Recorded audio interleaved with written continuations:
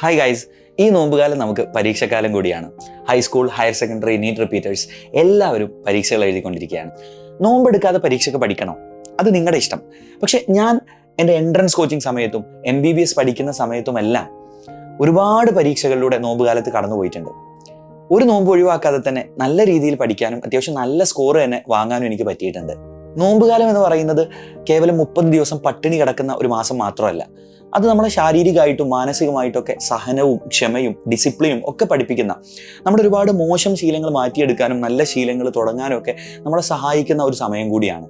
ആ ഒരു രീതിയിൽ നിങ്ങൾ പോസിറ്റീവായി കാണുകയാണെന്നുണ്ടെങ്കിൽ, നിങ്ങൾ ചില കാര്യങ്ങൾ കൃത്യമായി ശ്രദ്ധിച്ചു കഴിഞ്ഞാൽ ഈ നോമ്പുകാലത്ത് വളരെ നല്ല രീതിയിൽ നിങ്ങളുടെ പഠനവും മറ്റു കാര്യങ്ങളൊക്കെ പ്രൊഡക്റ്റീവായി മുന്നോട്ട് കൊണ്ടുപോകാനും നിങ്ങൾക്ക് നല്ലൊരു സ്കോർ തന്നെ എക്സാമിൽ വാങ്ങിക്കാനും സാധിക്കും. അപ്പോൾ ആ കാര്യങ്ങളാണ് ഈ ഒരു മാസം നിങ്ങൾ എങ്ങനെ പ്രൊഡക്റ്റീവായിട്ട് മുന്നോട്ട് കൊണ്ടുപോകാൻ പറ്റും എന്നതാണ് ഈ വീഡിയോയിൽ ഞാൻ ഡിസ്കസ് ചെയ്യാൻ പോകുന്നത്. ഞാൻ doctor Bilal, welcome to voice of Bilal.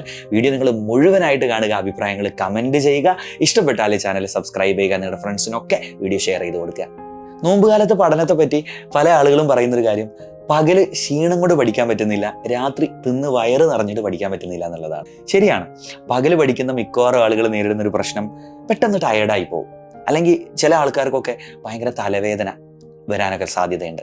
അതിൻ്റെ കാരണം നമ്മുടെ ബോഡിയിൽ ഗ്ലൂക്കോസിൻ്റെ അളവും അതുപോലെ ഡീഹൈഡ്രേഷൻ, വെള്ളത്തിൻ്റെ അളവൊക്കെ കുറയുന്നത് കൊണ്ടാണ്. സാധാരണ ദിവസങ്ങളിൽ നമ്മളൊരു 4 നേരമൊക്കെ ഭക്ഷണം കഴിക്കുന്ന ആൾക്കാരായിരിക്കും. രാവിലെ, ഉച്ചക്ക്, പിന്നെ ഒരു 4 മണിക്ക് ചായ, അത് കഴിഞ്ഞ് രാത്രിക്കത്തെ ഭക്ഷണം. ഇത്രയും ഭക്ഷണം കഴിക്കുന്ന നമ്മൾ പെട്ടെന്ന് നോമ്പുകാലം ആകുമ്പോൾ സംഭവിക്കുന്നത്, നോമ്പ് തുറക്കുന്ന സമയത്തും പിന്നെ അത്താഴ സമയത്തും ആയിരിക്കും കാര്യമായിട്ട് ഭക്ഷണം കഴിക്കുക. അപ്പോൾ മുൻപ് 4 തവണത്തെ ഭക്ഷണം കൊണ്ട് നിങ്ങളുടെ ബോഡിക്ക് കിട്ടിയിരുന്ന ആ ഒരു എനർജി ചിലപ്പോൾ ഈ 2 സമയത്തെ ഭക്ഷണം കൊണ്ട് പ്രോപ്പറായിട്ട് നിങ്ങൾക്ക് മെയിൻറ്റെയിൻ ചെയ്യാൻ പറ്റിയെന്ന് വരില്ല. എന്നാൽ നിങ്ങൾ നിങ്ങളുടെ ഭക്ഷണത്തെ കൃത്യമായിട്ട് ശ്രദ്ധിച്ച് നിങ്ങളുടെ ആ ഒരു എനർജി കണ്ടന്റ് ഉള്ള, അതുപോലെ തന്നെ നിങ്ങൾക്ക് നോർമലി നമുക്ക് വേണ്ട മൈക്രോ ന്യൂട്രിയൻസും വൈറ്റമിൻസും ഒക്കെ അടങ്ങിയ ഭക്ഷണമാണ് നിങ്ങൾ കഴിക്കുന്നത് എന്ന് ഉറപ്പുവരുത്തി കഴിഞ്ഞാൽ ഈ ഒരു പ്രശ്നം പരിഹരിക്കാൻ പറ്റും. അതിന് ചെയ്യേണ്ടത് ഒരുപാട് ഭക്ഷണം കഴിക്കുക എന്നതല്ല, മറിച്ച് ലോ ഗ്ലൈസീമിക് ഇൻഡെക്സ് ഉള്ള സ്ലോ കാർബ് റിലീസിംഗ് ആയിട്ടുള്ള ഭക്ഷണങ്ങൾ കഴിക്കുക. ഏതൊക്കെയാണ് സ്ലോ കാർബ് റിലീസിംഗ് ഭക്ഷണങ്ങൾ? ഒന്നും ചെയ്യേണ്ട, ഈ ഒരു വീഡിയോ കഴിഞ്ഞതിന് ശേഷം നിങ്ങൾ ഗൂഗിളിൽ ഒന്ന് സെർച്ച് ചെയ്താൽ മതി. നിങ്ങൾ കഴിച്ചുകൊണ്ടിരിക്കുന്ന ഭക്ഷണങ്ങളിൽ പലതും സ്ലോ കാർബ് റിലീസിംഗ് ആണ്, അത് കഴിക്കുക. അപ്പോൾ അത് പതിയെ മാത്രമേ ഡൈജസ്റ്റ് ചെയ്യുകയുള്ളൂ, പതിയെ മാത്രം അതിൽ നിന്ന് ഗ്ലൂക്കോസ് നിങ്ങളുടെ ബ്ലഡിലേക്ക് നിരന്തരമായിട്ട് കിട്ടിക്കൊണ്ടിരിക്കും. അപ്പോൾ നിങ്ങൾക്ക് കുറേ സമയം വിശപ്പില്ലാതെ ആ ഒരു എനർജി മെയിൻറ്റെയിൻ ചെയ്യാൻ പറ്റും. രണ്ടാമത്തെ കാര്യം, നിങ്ങളുടെ ഭക്ഷണത്തിൽ ഇനഫ് എമൗണ്ട് ഓഫ് പ്രോട്ടീൻ വേണം. നമ്മൾ കേരളക്കാരുടെ ഭക്ഷണത്തിൽ പ്രോട്ടീൻ കുറവാണ്. ഇന്ത്യയിൽ എടുത്തു കഴിഞ്ഞാൽ നമ്മളെക്കാളും കുറവാണ് കേട്ടോ. നമ്മൾ 10 പത്തിരി കഴിക്കും, അതിൻ്റെ കൂടെ ഒരു ചെറിയ പീസ് ചിക്കൻ കഴിക്കും. ആക്ച്വലി പത്തിരിയിൽ പ്രോട്ടീൻ വളരെ കുറവാണ്, അതിനകത്ത് ഇല്ല എന്ന് തന്നെ പറയാം. ചിക്കനിലാണ് പ്രോട്ടീൻ ഉള്ളത്, അതുപോലെ പയറുവർഗ്ഗങ്ങളിൽ, മുട്ടയിൽ, മത്സ്യത്തിൽ, ഇതിലൊക്കെയാണ് പ്രോട്ടീൻ ഉള്ളത്. നിങ്ങളൊരു 70 കിലോ ഉള്ള ആൾ ഏകദേശം ഒരു ദിവസം 70 ഗ്രാമോളം പ്രോട്ടീൻ കഴിക്കണം. നമ്മളൊരു ചെറിയ പീസ് ചിക്കൻ കഴിച്ചാൽ ആ ഒരു എമൗണ്ട് പ്രോട്ടീൻ നമുക്ക് കിട്ടത്തില്ല. രണ്ടാമത്തത് വെള്ളത്തിൻ്റെ കേസാണ്. നമ്മൾ ചിലപ്പോൾ നോമ്പ് തുറക്കുന്ന സമയത്ത് കുറേ അധികം വെള്ളം കുടിക്കും. അപ്പോൾ നമുക്കൊരു ലിമിറ്റ് ഉണ്ട്, എത്ര ആയാലും നമുക്കൊരു 1 ലിറ്റർ കൂടുതലൊന്നും ചിലപ്പോൾ കുടിക്കാൻ കഴിയൂല. പിന്നെ നമ്മൾ വെള്ളത്തിനെ കുറിച്ച് മറക്കും, പിന്നെ നമ്മൾ കുടിക്കുന്നത് ചിലപ്പോൾ അത്താഴ സമയത്തായിരിക്കും. അതുകൊണ്ട് കാര്യമില്ല, അപ്പോഴും നമുക്കൊരു പരിധിക്കപ്പുറം കുടിക്കാൻ പറ്റിയെന്ന് വരില്ല. അതിന് പകരം നിങ്ങൾ നോമ്പ് തുറക്കുമ്പോൾ അത്യാവശ്യം നന്നായിട്ട് തന്നെ കുടിച്ചോ. ശേഷം രാത്രി നിങ്ങൾ പഠിക്കുന്ന സ്ഥലത്ത്, അല്ലെങ്കിൽ നിങ്ങൾ വർക്ക് ചെയ്യുന്ന സ്ഥലത്ത്, നിങ്ങൾ നിസ്കരിക്കാൻ പോകുന്ന സ്ഥലത്തൊക്കെ എപ്പോഴും വെള്ളം നിങ്ങൾ കൊണ്ടുപോകണം, അല്ലെങ്കിൽ വെള്ളം കിട്ടുന്ന സ്ഥലമായിരിക്കണം. അപ്പോഴേ നമുക്ക് എപ്പോഴും കുടിക്കാൻ തോന്നുള്ളൂ. അങ്ങനെ നിങ്ങൾ ഈ ഒരു ഹോൾ നൈറ്റ്, നിങ്ങൾ ഉറങ്ങാത്ത സമയം മുഴുവൻ ഇടയ്ക്കിടയ്ക്ക് വെള്ളം കുറച്ച് സിപ്പായിട്ട് കുടിച്ചുകൊണ്ടിരിക്കുക. അപ്പോൾ നിങ്ങളുടെ ബോഡിയിൽ ഒരു ഇനഫ് എമൗണ്ട് ഓഫ് വെള്ളം അങ്ങനെ നിങ്ങൾക്ക് സംഭരിക്കാൻ പറ്റും. അത് ഈ ഒരു ഡീഹൈഡ്രേഷൻ കുറക്കാനും നിങ്ങളുടെ ഹെഡേക്ക് കുറക്കാനും സഹായിക്കും. അടുത്ത കാര്യമാണ്, നോമ്പ് തുറന്നു കഴിഞ്ഞാൽ വയറ് നിറഞ്ഞിട്ട് പഠിക്കാൻ പറ്റുന്നില്ല. അതൊഴിവാക്കാൻ നിങ്ങൾ ചെയ്യേണ്ടത്, നോമ്പ് തുറക്കുന്ന സമയത്ത് ഒന്നിച്ച് ഭക്ഷണം കഴിക്കേണ്ട. ആ സമയത്ത് നിങ്ങൾ കുറച്ച് വെള്ളവും കുറച്ച് ഫ്രൂട്ട്സ് ഒക്കെ മാത്രം കഴിക്കുക. അതിനുശേഷം ഈ ഒരു മീലിനെ, നിങ്ങൾ കഴിക്കുന്ന ഭക്ഷണത്തെ സ്പ്ലിറ്റ് ചെയ്തിട്ട് പിന്നെ കുറച്ച് കഴിഞ്ഞിട്ട് നിങ്ങൾ ഭക്ഷണം കഴിക്കുക. കുറച്ചെന്ന് പറഞ്ഞാൽ ഒരു 1 hour ഒക്കെ കഴിഞ്ഞിട്ട് ഭക്ഷണം കഴിക്കുക. ആ സമയത്ത് കുറച്ച് കഴിച്ചു, പിന്നെ ഒരു 1 hour കഴിഞ്ഞിട്ടൊക്കെ കഴിക്കുക. പിന്നെ വേണമെങ്കിൽ അതിനെ വീണ്ടും സ്പ്ലിറ്റ് ചെയ്ത് ഒരു 2-3 മീലൊക്കെ ആയിട്ട് നിങ്ങൾ കഴിച്ചു കഴിഞ്ഞാൽ നിങ്ങൾക്ക് ഈ ഒരു പ്രശ്നം ഒഴിവാക്കാൻ പറ്റും. നിങ്ങൾക്ക് ആ ഒരു സമയത്ത് കൂടെ പ്രൊഡക്റ്റീവായിട്ട് പഠിക്കാനോ നിങ്ങളുടെ മറ്റു കാര്യങ്ങൾ ചെയ്യാനോ പറ്റും. പിന്നെ പഠിക്കുന്ന സമയം, നമ്മൾ നോമ്പ് കാലത്ത് പകലാണ് പഠിക്കുന്നതെങ്കിൽ നമ്മൾ ഓൾറെഡി ഒരു ചെറിയ ടയർഡ്നെസ് അവിടെ ഉണ്ടാവും. അപ്പോൾ നിങ്ങൾ ഒരിക്കലും കണ്ടിന്യൂസ് ആയിട്ട് ഭയങ്കര രാവിലെ തുടങ്ങി ഒരു 5 മണിക്കൂർ കണ്ടിന്യൂസ് ഇങ്ങനെയൊന്നും പഠിക്കാതിരിക്കുക. നമുക്ക് ഭയങ്കര സ്ട്രെയിൻ വരും. അതിന് പകരം ഞാൻ എപ്പോഴും പറഞ്ഞു തരാറുണ്ട്, നമ്മളൊരു 1 hour പഠിക്കുക, ഒരു 10 minute റെസ്റ്റ് എടുക്കുക.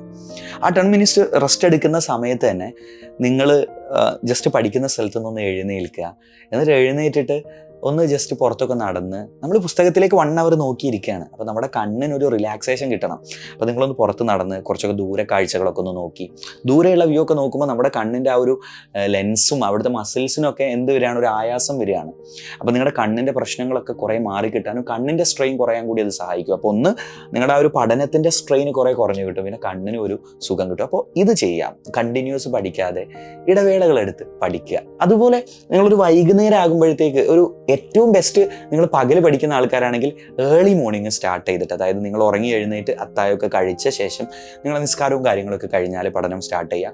ഒരു 3 o'clock 4 o'clock വരെയൊക്കെ പഠിക്കുക. 4 o'clock കഴിഞ്ഞ് കഴിഞ്ഞാൽ പിന്നെ നോമ്പ് വരെയുള്ള ഒരു നോമ്പ് തുറക്കുന്ന വരെയുള്ള സമയം ശരിക്കും കുറച്ച് വിശപ്പൊക്കെ തോന്നാം. അപ്പോൾ അത് ആ ഒരു സമയത്ത് ഞാൻ പണ്ട് ചെയ്യുന്ന പരിപാടി എന്തായിരുന്നു വെച്ചാൽ, ഞാൻ ആ സമയത്ത് നടക്കാനോ, എൻ്റെ അടുത്ത് ഒരു സൈക്കിൾ ഉണ്ടായിരുന്നു, ഞാൻ സൈക്ലിങ്ങിന് പോകുന്നൊരു സമയമായിരുന്നു അത്.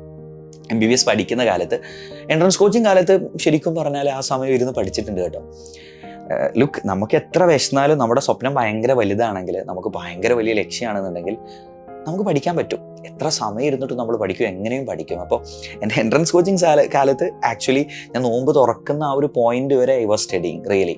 ബട്ട് മെഡിക്കൽ കോളേജിൽ നിന്നൊക്കെ ആണെന്നുണ്ടെങ്കിൽ ഞാൻ ഈവനിങ്ങിൽ സൈക്കിൾ എടുത്ത് കറങ്ങായിരുന്നു ചെയ്യാം. ആൻഡ് ദെൻ അപ്പോൾ നമുക്ക് എന്ത് കിട്ടും, ഒരു റിലാക്സേഷൻ കിട്ടും. പിന്നെ നമുക്ക് ആ ഒരു നോമ്പ് തുറക്കുന്നവരെ നമ്മൾ പഠിക്കേണ്ട. പിന്നെ നോമ്പ് തുറന്നു കഴിഞ്ഞാൽ ഞാൻ ഈ പറഞ്ഞ പോലെ മീൽസൊക്കെ ഒന്ന് സ്പ്ലിറ്റ് ചെയ്ത് കഴിച്ചാൽ നിങ്ങൾക്ക് ആ ഒരു വലിയ പ്രശ്നങ്ങളൊന്നും ഉണ്ടാവില്ല. അത് കഴിഞ്ഞ് നിങ്ങൾക്ക് നിങ്ങളുടെ ബാക്കി കാര്യങ്ങളൊക്കെ ചെയ്ത് ഒരു 10 o'clock ആകുമ്പോഴത്തേക്ക് നിങ്ങൾ ഉറങ്ങുക. ഒരു 10 o'clock ഉറങ്ങിയാൽ 10 to 4 6 hour നിങ്ങൾക്ക് കണ്ടിന്യൂസ് സ്ലീപ്പും കിട്ടും. ഒരിക്കലും നിങ്ങളെ സ്ലീപ്പ് വിട്ട് കളിക്കരുത്. സ്ലീപ്പ് നമ്മൾ നോമ്പ് കാലത്താണെങ്കിലും അല്ലെങ്കിലും ഒക്കെ സ്ലീപ്പ് പ്രോപ്പർ ആവണം. എസ്പെഷ്യലി നോമ്പ് കാലത്ത് നമുക്ക് ഓൾറെഡി ചില ടയർഡ്നെസ്സുകൾ ഉള്ളതുകൊണ്ട് ആ സ്ലീപ്പ് നിങ്ങൾ പ്രോപ്പറായിട്ട് തന്നെ ഒരു 6 hour കണ്ടിന്യൂസ് കൊണ്ടുപോവുക. കാരണം നമ്മുടെ മെമ്മറിയുടെ പ്രോസസ്സിങ്ങും സ്ട്രെങ്തനിങ്ങും ഒക്കെ നടക്കുന്നത് ഉറങ്ങുമ്പോഴാണ്. അപ്പോൾ ഉറങ്ങാതെ നമ്മൾ എന്ത് ചെയ്താലും അത് വെള്ളത്തിൽ വരച്ചതുപോലെ ഉപകാരമില്ലാത്ത പണിയായി പോകും. ഇനി ഉച്ചൻ്റെ ശേഷം എക്സാം ഉള്ള ആളുകളാണെന്നുണ്ടെങ്കിൽ ഇതൊന്നും അല്ലാത്ത നല്ലൊരു ഐഡിയ ഉണ്ട്. ഞാനിപ്പോൾ ചെയ്തുകൊണ്ടിരിക്കുന്ന കാര്യമാണ്. ആക്ച്വലി ഞാൻ ഈ വീഡിയോ ഷൂട്ട് ചെയ്യുന്നത് രാത്രി 4 മണിക്കാണ്. നോമ്പ് കാലത്ത് ഞാൻ എൻ്റെ ഷെഡ്യൂൾ ഇപ്പോൾ മൊത്തം അങ്ങ് മാറ്റിയേക്കുകയാണ്. ഞാൻ ഉറങ്ങുന്നത് രാവിലെ 6 മണി മുതൽ ഉച്ചക്കൊരു 12-12:30 വരെയാണ്. 12:30 വരെ ഉറങ്ങും, എന്നിട്ട് 12:30 എഴുന്നേൽക്കും. എനിക്ക് ഒട്ടും ക്ഷീണം തോന്നാറില്ല നോമ്പിനിപ്പോൾ. കാരണം ഞാൻ എഴുന്നേൽക്കുന്നത് ഉച്ചക്ക് 12:30 മണിക്കാണ്. പിന്നെ കുളിയൊക്കെ കഴിയുമ്പോഴത്തേക്ക് ഒരു 1:30 മണിയാവും. ആസ് ഓഫ് നൗ എജുപോർട്ടിൽ കുറേ അധികം പണികൾ ഉള്ളത് കൊണ്ട് തന്നെ ഞാൻ മെഡിക്കൽ പ്രാക്ടീസ് ഇപ്പോൾ ഇല്ല. ഓക്കെ, ഈ ഒരു കാലത്ത്. സോ ഒരു 12:30 എഴുന്നേറ്റ് 1:30 ആകുമ്പോഴത്തേക്ക് എൻ്റെ ബാക്കി കാര്യങ്ങളൊക്കെ കഴിഞ്ഞ് ഞാൻ എജുപോർട്ടിലേക്ക് വരും. ഒരു 1:30 മുതൽ 4:30 വരെ എനിക്കിവിടെ കുറേ കാര്യങ്ങളൊക്കെ ചെയ്യാനുണ്ടാവും, അതൊക്കെ ചെയ്യും. ആൻഡ് 4:30 ഒരു 5:30 വരെ അത്തരം കാര്യങ്ങളിലൊക്കെ ഏർപ്പെടും. ആൻഡ് 5:30 കഴിഞ്ഞാൽ പിന്നെ കുറച്ച് റിലാക്സേഷനാണ്. ആൻഡ് ദെൻ ഞാനൊരു 6:30 നോമ്പ് തുറക്കും. നോമ്പ് തുറക്കുമ്പോൾ ഞാൻ അത്യാവശ്യം നന്നായി തന്നെ ഭക്ഷണം കഴിക്കാറുണ്ട്. ഇപ്പോൾ ഞാനിങ്ങനെ സ്പ്ലിറ്റ് ഒന്നും ചെയ്യാറില്ല, നല്ല രീതിക്ക് ഭയങ്കരമായിട്ട് കഴിക്കാറില്ല. ഞാൻ അത്യാവശ്യം നല്ല പ്രോട്ടീൻ റിച്ച് ഭക്ഷണമാണ് ഇപ്പോൾ കഴിക്കാറ്. അതിൻ്റെ തടി കൂടെ കുറക്കണം, അതിൻ്റെ ഭാഗമായിട്ട് ഞാൻ കാർബോഹൈഡ്രേറ്റ് കുറച്ച് പ്രോട്ടീൻ റിച്ച് ആയിട്ടുള്ള ഭക്ഷണമാണ് കഴിക്കാറ്. ആക്ച്വലി ഞാനിപ്പോൾ ഒരു സിംഗിൾ റൊട്ടി ആൻഡ് ഒരു ചിക്കൻ, ഒരു ബാർബിക്യൂ ചിക്കൻ, ഇതാണിപ്പോൾ എൻ്റെ ഡെയിലി ഫുഡ്. സോ ഞാൻ ഭക്ഷണം കഴിക്കും. അത് കഴിഞ്ഞാൽ എനിക്ക് കുറച്ച് സമയം, ഞാൻ ഈ പറഞ്ഞതുപോലെ വയറിൻ്റെ ഒരു ഫുൾനെസ് ഒക്കെ തോന്നാറുണ്ട്. ആ ഒരു സമയം ഞാൻ എന്തെങ്കിലും എനിക്കിവിടെ വേറെ ചെയ്യാനുള്ള ഫിസിക്കലി ആക്റ്റീവ് ആയിട്ടുള്ള ചില കാര്യങ്ങളൊക്കെ ചെയ്യും. ഒരു പഠിക്കാനൊന്നും ഇരിക്കൂല, വായിക്കാനൊന്നും ഇരിക്കൂല, മറ്റു കാര്യങ്ങൾ ചെയ്യും. അങ്ങനെ ഒരു നമ്മുടെ ബാക്കി ചെയ്യാനുള്ള പള്ളിയിലത്തെ കാര്യങ്ങളും ഒക്കെ കഴിഞ്ഞ് ഒരു 10 മണിയാകുമ്പോൾ ഞാൻ എനിക്ക് ചില കാര്യങ്ങൾ പഠിക്കാനുണ്ടാവാറുണ്ട്, വർക്ക് ചെയ്യാനുണ്ടാവാറുണ്ട്, അതിനൊക്കെ ഇരിക്കും. ഒരു 10 മണി മുതൽ ദെൻ ഞാനൊരു 6 മണി വരെ, രാവിലെ 6 മണി വരെയുള്ള സമയത്ത് ഞാൻ എൻ്റെ ബാക്കി കാര്യങ്ങൾ, എൻ്റെ വർക്കുകൾ, ഇതെല്ലാം ആ സമയത്ത് കൊണ്ടുപോകും. അപ്പോൾ എനിക്കുള്ള ശരിക്കുള്ളൊരു ഗുണം എന്താണെന്ന് വെച്ച് കഴിഞ്ഞാൽ, എൻ്റെ പഠനം കാര്യങ്ങളൊക്കെ ഒരു 8 hour എനിക്ക് എന്തായാലും കിട്ടുകയാണ്. 10 to 6 AM എന്ന് പറയുന്നത് 8 hour എനിക്ക് കിട്ടുന്നുണ്ട്. നല്ല കാമായിട്ട്, ആരുടെയും ശല്യം ഇല്ലാത്ത, ആരോടും സംസാരിക്കാനില്ല, ഒന്നും എടുക്കാനില്ല. സോ എല്ലാം അപ്പാർട്ട് വെച്ചുകൊണ്ട് എനിക്ക് എൻ്റെ വർക്കുകൾ ചെയ്യാൻ പറ്റുന്നുണ്ട്. അപ്പോൾ എനിക്ക് ഭയങ്കര ആ ഒരു സമയത്ത് എനിക്ക് ക്ഷീണവും ഇല്ല. ബിക്കോസ് എനിക്ക് എത്ര വേണമെങ്കിലും വെള്ളം കുടിക്കാം. ഞാൻ ആക്ച്വലി ഇപ്പോൾ ഒരു 1 time മീലാണ് കഴിക്കുന്നത് കേട്ടോ. ഞാൻ അത്താഴം കഴിക്കാറില്ല. ഞാൻ നോമ്പ് തുറക്കുമ്പോൾ മാത്രമേ ഭക്ഷണം കഴിച്ചു. ഇന്നലെ നോമ്പ് തുറക്കുമ്പോൾ ഭക്ഷണം കഴിച്ചതാണ്. ആൻഡ് നൗ ഇനി 4 നോമ്പ് തുറക്കുമ്പോഴേ ഞാൻ കഴിക്കൂ. ബട്ട് എനിക്ക് ഒട്ടും ക്ഷീണം ഫീൽ ചെയ്യുന്നില്ല. ബിക്കോസ് എൻ്റെ വർക്ക് നടക്കുന്ന ഈ സമയത്ത് എനിക്ക് വെള്ളം ഇഷ്ടം പോലെ കുടിക്കാൻ പറ്റുന്നുണ്ട്. അപ്പോൾ ആ ഒരു കാര്യം, ഇതൊരു നല്ലൊരു സ്കെഡ്യൂളാണ്. നിങ്ങൾക്ക് ഉച്ചയുടെ ശേഷം എക്സാം ഉള്ള ആളുകളാണെങ്കിൽ കേട്ടോ. കാരണം ഉച്ചയുടെ മുമ്പ് എക്സാം ഉള്ള ആളുകളാണെന്നുണ്ടെങ്കിൽ ഈ ഒരു സ്കെഡ്യൂൾ സ്വീകരിച്ചു കഴിഞ്ഞാൽ എക്സാമിൻ്റെ അന്ന് നിങ്ങൾക്ക് ഉറക്ക് വരും. എക്സാം രാവിലെ ആണല്ലോ, അപ്പോൾ നിങ്ങൾക്ക് ഉറക്കം വരും. അത് പാടില്ല. അപ്പോൾ ഉച്ചയുടെ ശേഷം എക്സാമുള്ള ആളുകൾക്കാണ്, ഇപ്പോൾ നീറ്റ് ആസ്പിരൻസിനൊക്കെ ഐ ഷുഡ് സേ ദാറ്റ് നിങ്ങൾക്ക് ഉച്ചയുടെ ശേഷമാണ് എക്സാം വരുന്നത് അല്ലേ, കോച്ചിങ് സെൻറ്റേഴ്സിലൊക്കെ. ബിക്കോസ് നീറ്റ് എക്സാമും ആ ഒരു സമയത്തായതുകൊണ്ട് നിങ്ങൾക്ക് കോച്ചിങ് സെൻറ്റേഴ്സിലും ആ സമയത്താവും എക്സാം. അപ്പോൾ നിങ്ങൾ ഈ ഒരു രീതിയിലൊന്ന് പ്രിപ്പയർ ചെയ്ത് നോക്ക്, നിങ്ങൾക്ക് ഭയങ്കര രസകരമായിട്ട് കൊണ്ടുപോകാൻ പറ്റും. പിന്നെ എക്സാം കാലത്ത് നമ്മൾ നോമ്പിൻ്റെ മറ്റ് നിസ്കാരങ്ങളും കാര്യങ്ങൾക്കൊക്കെ വേണ്ടി പോകണം, ഒരുപാട് സമയം എന്താ പറയുക ഖുർആന് പാരായണം ചെയ്യണം, ഇങ്ങനെയൊക്കെ വിചാരിക്കുന്ന ആളുകളുണ്ടാവും. അത്തരം ആളുകളോട് എനിക്ക് പറയാനുള്ളത്, നിങ്ങളിപ്പോൾ ചെയ്തുകൊണ്ടിരിക്കുന്ന ഒരു പണിയുണ്ടല്ലോ, നിങ്ങൾക്കൊരു സ്വപ്നം ഉണ്ടല്ലേ, ഒരു ഡോക്ടർ ആവണം. നിങ്ങൾ ആലോചിച്ച് നോക്കും, നിങ്ങൾ ഇപ്പോൾ ആ പണിയിലാണ് നിങ്ങൾ മുഴുകിക്കൊണ്ടിരിക്കുന്നത്. അതായിരിക്കണം നിങ്ങളുടെ ഇപ്പോഴത്തെ ലക്ഷ്യം. അതും ആക്ച്വലി ഒരു സൽക്കർമ്മമാണ്. നമ്മുടെ വിശ്വാസപ്രകാരം അതും ഒരു സൽക്കർമ്മം, അത് വലിയ സൽക്കർമ്മമാണ്. പലപ്പോഴും ഞാൻ പറഞ്ഞു കേട്ടിട്ടുണ്ട് ഈ മതപുരോഹിതന്മാരൊക്കെ, നിങ്ങളൊരു ഡോക്ടറാണെങ്കിൽ നിങ്ങൾ പള്ളിയിൽ പോയി ഒരുപാട് സമയം നിസ്കരിച്ചിട്ടല്ല സമയം കളയേണ്ടത്. നിങ്ങൾ നിങ്ങളുടെ ചെയ്യേണ്ട കാര്യം ചെയ്താൽ വേഗം നിങ്ങളുടെ ക്ലിനിക്കിലേക്ക് വരിക. അവിടെ നിങ്ങൾ കാത്തിരിക്കുന്ന രോഗികളുണ്ടാവും, അവരെ പരിചരിക്കുക എന്നുള്ളതാണ് നിങ്ങളെ സംബന്ധിച്ചിടത്തോളം നിങ്ങളുടെ സൽക്കർമ്മം എന്ന് പറയുന്നത്. അപ്പോൾ നിങ്ങൾ വലിയൊരു സ്വപ്നമുള്ള ആളുകളാണ്, നിങ്ങൾ ഒരുപാട് മനുഷ്യരുടെ ജീവിതത്തിൽ വെളിച്ചമേകാൻ ഉദ്ദേശിക്കുന്ന ആളുകളാണ്. അപ്പോൾ നിങ്ങളുടെ ചെയ്യാൻ പറ്റുന്ന വലിയ സൽക്കർമ്മം എന്ന് പറയുന്നത് നിങ്ങളിപ്പോൾ നന്നായിട്ട് പഠിക്കുക എന്നുള്ളതാണ്. ഇപ്പം നിങ്ങൾ മറ്റ് എന്താ പറയുക നിർബന്ധമില്ലാത്ത ആരാധനാ കർമ്മങ്ങളിലൊന്നും ഏർപ്പെട്ട് കുറേ സമയം കളയേണ്ട കാര്യമില്ല. നിങ്ങളുടെ ഉദ്ദേശം നല്ലതാണെന്നുണ്ടെങ്കിൽ, നമ്മൾ പറയാറുണ്ടല്ലോ നമ്മുടെ ഉദ്ദേശം നല്ലതാണെങ്കിൽ, ഇറ്റ്സ് ഓൾ അബൌട്ട് നിങ്ങളുടെ ഉദ്ദേശം എന്താണെന്നുള്ളതാണ്. നിങ്ങളെ ദൈവം എങ്ങനെ പരിഗണിക്കുന്നു എന്ന നമ്മുടെ വിശ്വാസത്തിൻ്റെ കോൺസെപ്റ്റ് എന്ന് പറയുന്നത്. അപ്പോൾ നിങ്ങൾ കൂടുതൽ സമയം പഠിക്കാൻ വേണ്ടി ചിലവഴിക്കുക. നിങ്ങൾ +2 കുട്ടികളാണെന്ന്, നിങ്ങൾ +2 കഴിഞ്ഞ് നല്ലൊരു പൊസിഷനിലേക്ക് എത്തിയാലേ നിങ്ങളുടെ പ്രിയപ്പെട്ടവരെ, നിങ്ങളുടെ അച്ഛനെ, അമ്മയെ, ഉമ്മയെ, ഉപ്പയെ, നിങ്ങളുടെ ചുറ്റുമുള്ള ആളുകളെ, നാട്ടിലെ പാവപ്പെട്ട ആളുകളെ ഒക്കെ നിങ്ങൾക്ക് സഹായിക്കാൻ പറ്റുള്ളൂ. നിങ്ങൾക്ക് ജീവിതത്തിൽ ഈ ലോകത്ത് ഒരുപാട് മാറ്റങ്ങൾ ഉണ്ടാക്കാൻ പറ്റുള്ളൂ. അപ്പോൾ അതിന് നിങ്ങൾ നല്ലൊരു ക്യാമ്പസിലേക്ക് എത്തണം. അങ്ങനെ എത്തിപ്പെട്ടെങ്കിൽ നിങ്ങൾക്ക് +2 മാർക്ക് വേണം. So as of now my opinion, പഠിച്ച് തീർന്നിട്ടുണ്ടെങ്കിൽ നിങ്ങൾക്ക് ഈ കാര്യങ്ങൾക്കൊക്കെ പോവാം. അല്ല എങ്കിൽ കുറേ അധികം സമയം നിങ്ങൾ അതിന് സ്പെൻഡ് ചെയ്യണം നിർബന്ധമില്ല, നിങ്ങൾക്ക് പഠിക്കാം. And it's all your personal choice. But still ഞാൻ പറയാം, ഈ ഒരു നോമ്പ് കാലത്തെ ശരിക്കും ഞാൻ എല്ലാ വർഷവും എൻ്റെ ഒരു വലിയ പ്രശ്നം, ഞാൻ ഭയങ്കര ഫുഡിയാണ്. എനിക്ക് ഫുഡ് ഭയങ്കര ഇഷ്ടമാണ്. അപ്പോൾ എന്താ പറയുക, ഞാൻ എത്ര കൺട്രോൾ ചെയ്താൽ എനിക്ക് ഫുഡ് ഞാൻ എന്തെങ്കിലുമൊക്കെ ഇങ്ങനെ കഴിക്കും പോയിട്ട്. പക്ഷെ നോമ്പ് കാലമാകുമ്പോൾ എനിക്ക് അങ്ങനെ കഴിക്കാൻ പറ്റൂല, കാരണം പകല് നോമ്പല്ലേ.